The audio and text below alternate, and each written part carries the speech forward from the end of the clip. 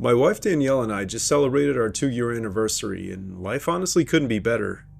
In addition to all our happy experiences, we've been fortunate to have very few bad ones. However, there was one downright terrifying encounter that took place a few months after we got married. For context, this wasn't our honeymoon, but rather a short weekend getaway. Not that I was forcing her to cook or anything, but Danny got the idea of trying to make cinnamon rolls, just because she wanted to try it. That's just how Danny is. Our hotel room had a small kitchen area, so we figured it would be a fun experiment. We were staying at this quaint little bed and breakfast in a remote town in the mountains. Nothing fancy, just a cozy spot with creaky floors and an old-timey charm. The kitchenette was pretty basic. A mini fridge, a microwave, and a tiny oven that looked like it hadn't been updated since the 70s.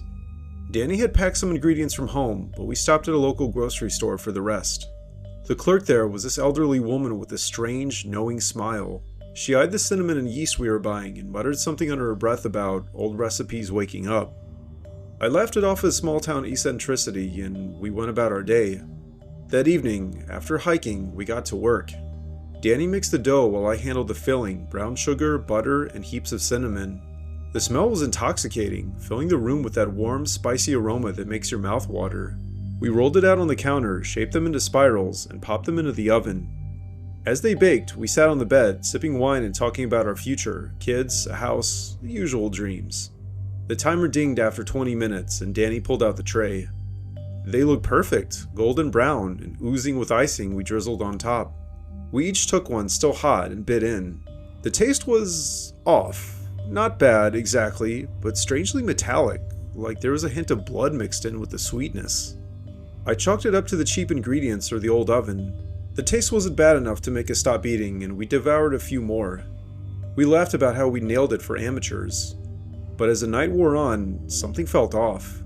My stomach churned, not in a sick way, but like something was moving inside. Danny had the same complaint, but we brushed it off as indigestion and went to bed. The room was pitch black, no streetlights outside, just the faint howl of wind through the pines. I woke up around 2 a.m. to a soft scratching sound. At first, I thought it was mice in the walls, old building, right? But instead, it was coming from the kitchenette. I sat up, heart pounding a little, and nudged Danny. She was out cold apparently, breathing steadily. The scratching grew louder and rhythmic, like nails on wood. I grabbed my phone for the flashlight and crept over. The counter was empty except for the leftover cinnamon rolls in their pan, covered with foil. But the foil, it was bulging, pulsing almost, like it was breathing. I peeled it back slowly, my hand shaking. The rolls were still there, but they looked different, swollen, the spirals uncoiling slightly, like they were unraveling themselves. And then one of them twitched. I swear to God, it moved. It wasn't a big shift, just a subtle quiver, as if something inside was trying to break free. I dropped the foil and backed away, telling myself it was the heat or steam or my imagination. But as I turned to go back to bed, I heard it, a faint whisper, like doughy lips forming words. Sweet, so sweet. I froze. The whispering grew, multiplying, like a chorus from the pan. Danny stirred in bed, mumbling in her sleep. I rushed over and shook her awake. "Danny, something's wrong with the rolls," I hissed. She groaned, still half asleep, and said, "What are you talking about? Go back to bed." But then she heard it too. The scratching had turned to squelching, wet and deliberate. We both got up and approached the kitchenette together. The pan was vibrating now, the rolls heaving as if alive. One burst open, spilling not icing, but a thick red ooze that smelled like copper and spice. From the split, something emerged, a tiny, doughy appendage, like a finger wriggling blindly. Then another, and another. They were growing, forming shapes. Crude, twisted limbs pushing out from the cinnamon swirls. The whispers became clearer. "Feed us. We're sweet." Danny screamed, and I grabbed a knife from the drawer, stabbing at the nearest one. It squished under the blade, but the ooze splattered, burning my skin like acid. The others reacted, rolling out of the pan on their own, tumbling to the floor with soft thuds. They started crawling toward us. Their surfaces cracked open to reveal mouths, gaping, icing-dripping maws lined with what looked like shattered nutshell teeth. The room filled with the overpowering scent of cinnamon, almost choking us. We bolted for the door, but it was locked from the outside somehow. The knob wouldn't turn. The rolls were multiplying, splitting apart and reforming, their whispers turning to guttural moans. "Join us. Be sweet forever." One latched onto Danny's ankle, its doughy body wrapping around like a parasite, sinking in. She kicked it off, but a chunk of her skin came with it, bubbling as if dissolving into batter. I smashed the window with a chair and we climbed out, scraping our arms on the glass, tumbling into the cold night. We ran to the car barefoot, hearts racing, and sped away without looking back. The B&B owner found the room the next day, trashed, with strange hardened lumps on the floor that crumbled to powder when touched. The police ultimately wrote it off as a break-in or prank, but we know better. To this day, we can't even look at a bakery without feeling that metallic tang in our mouths. And sometimes, late at night, I swear I smell cinnamon drifting through the house. We've thrown out every spice jar, but it always comes back, waiting and hungry. One time while shopping for food in college, I randomly decided to get cinnamon rolls. I can't tell you why. It's not like my mom used to make them as I grew up, or I had any special attachment to them. I guess it's something I heard other people talk about at one point, and I figured why not see what it was all about.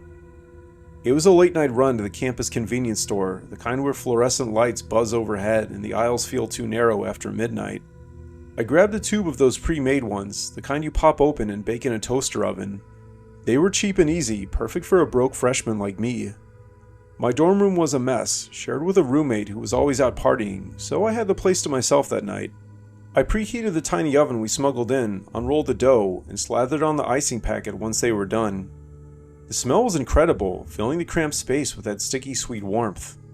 I ate 3 right away, savoring the gooey centers, and saved the rest for breakfast the next day. But as I lay in bed scrolling on my phone, a weird itch started in my throat. Not like an allergy, more like something fibrous threading its way down. I coughed, drank some water, and tried my best to ignore it. Sleep came eventually, but my dreams were vivid and too real. I was wandering through endless fields of wheat that twisted into spirals, the air thick with cinnamon dust that choked me. I woke up sweating, the room still faintly scented, but now it smelled rancid, like spoiled milk mixed with spice. The next morning, I reheated a leftover roll for breakfast. As I bit in, I felt a crunch that shouldn't be there, something hard like a pebble. I spit it out and found a tiny yellowed bone fragment, curved like a finger joint. I was completely grossed out and checked the others. To my dismay, I saw that each one had similar bits embedded in the dough, almost like they'd been baked in on purpose. I tossed them in the trash immediately and headed to class, but the itch had spread to my chest, a persistent tickle that made me fidget through lectures. By afternoon, it had gotten worse. My skin felt tight, like it was stretching over something bubbling underneath. I skipped dinner and went back to the dorm, where I noticed the trash can lid ajar. The discarded rolls were gone.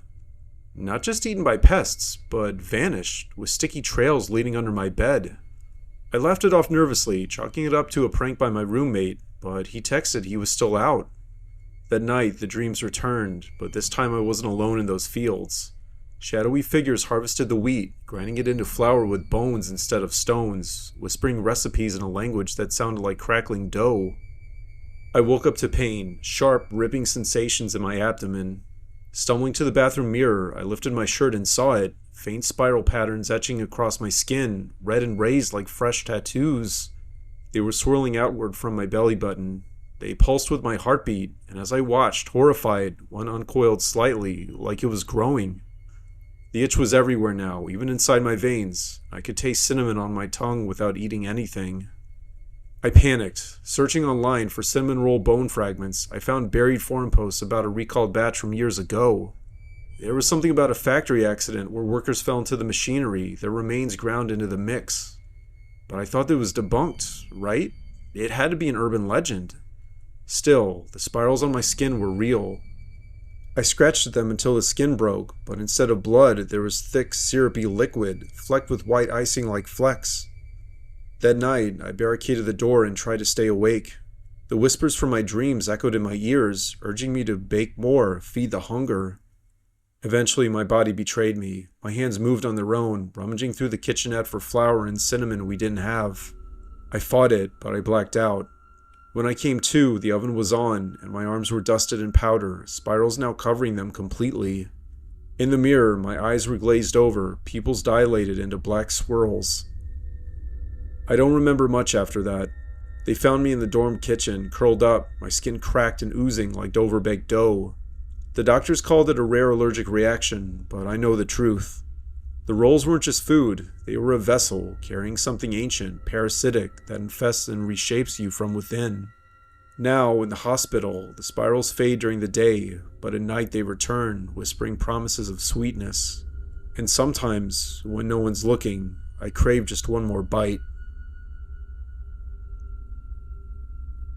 Let me start by saying there's a chance this could be a fever dream, but if I had to bet on it, I'd say it was real. I have this very vivid memory of our mom making cinnamon rolls when I was a kid, specifically when I was homesick one day. This was in the afternoon before he had to go pick up my little brother Jason from daycare. I was about 10, sprawled on the couch with a blanket, my head throbbing from whatever bug I'd caught at school.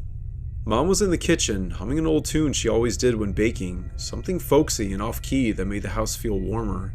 I was more or less delirious, with colors seeming too bright and sounds sounding muffled like I was underwater. Mom said the cinnamon rolls would cheer me up, a family recipe passed down from her grandma. They'll fix you right up, she promised, kneading the dough with flour-dusted hands. Her hands looked stronger than usual for some reason, veins bulging like roots.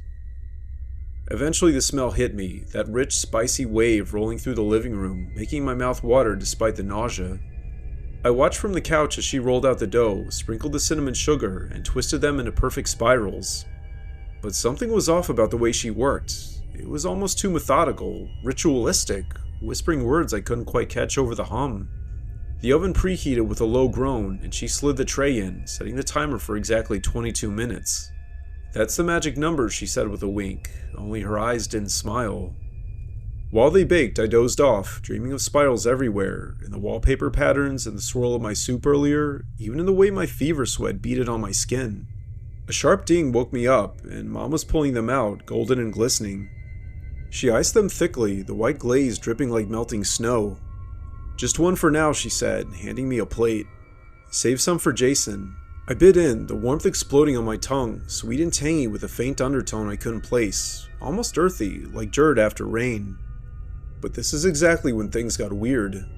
As I chewed, a flash hit me, not a memory but a vision, clear as day. I saw Jason, toddler-sized, playing in the background the week before, digging in the garden where Mom grew her herbs. He found something buried, a small, rusted tin box, and pried it open, spilling dark powder that looked like ground cinnamon but finer, almost glittering. Mom caught him, her face twisting in anger I'd never seen. She snatched the box and scolded him, but later that night I heard muffled cries from the kitchen. I shook it off, blaming the fever, and finished the cinnamon roll. But the visions kept coming with each swallow, like the dough was unlocking doors in my mind. Another one, Mom in the kitchen at midnight, grinding something in a mortar and pestle, not cinnamon sticks, but brittle fragments that crunched like dry bones. She mixed it into the spice jar, her whispers now audible in my head. "Bind them close, keep them near." My stomach twisted, not from sickness, but realization. Jason hadn't been at daycare that day, he'd gone missing the previous week. The police searched and posters went up, but Mom insisted he just wandered off, her grief performative, scripted. Panic rising, I stumbled to the kitchen. Mom was at the sink, washing her hands, but the water ran red, streaked with what looked like blood mixed with icing. "What's in these?" I croaked. She turned, her smile too wide, eyes gleaming. "Family, sweetie. The recipe keeps us together." The remaining rolls on the counter shifted, their spirals tightening like eyes focusing on me. One unraveled slightly, and inside, I swore I saw a tiny face, Jason's, pressed against the dough, mouth open in a silent scream. I backed away, but the floor tilted, my body heavy, limbs softening like uncooked batter. The visions flooded now, generations of our family, each lost child ground into the recipe, their essence baked in to preserve the bloodline. There were trapped souls in eternal sweetness. Mom approached, forcing another roll toward my lips. "Eat up, Jason's waiting." I don't know how I broke free, maybe the fever spiked, snapping me out of it. I ran to the neighbors, babbling about Mom and the rolls. They called the authorities, who found the kitchen spotless, no trace of anything amiss. Mom played the concerned parent, blaming my delirium, but Jason was never found, written off as a runaway. Years later though, as an adult, I can still taste it, that earthy tang in every baked good. And sometimes, in quiet moments, I hear Jason's voice in my head. He comes through soft and pleading. "Brother, join us. It's so sweet here." I refused to eat cinnamon in anything since then, but the craving builds, whispering that one bite could reunite us forever.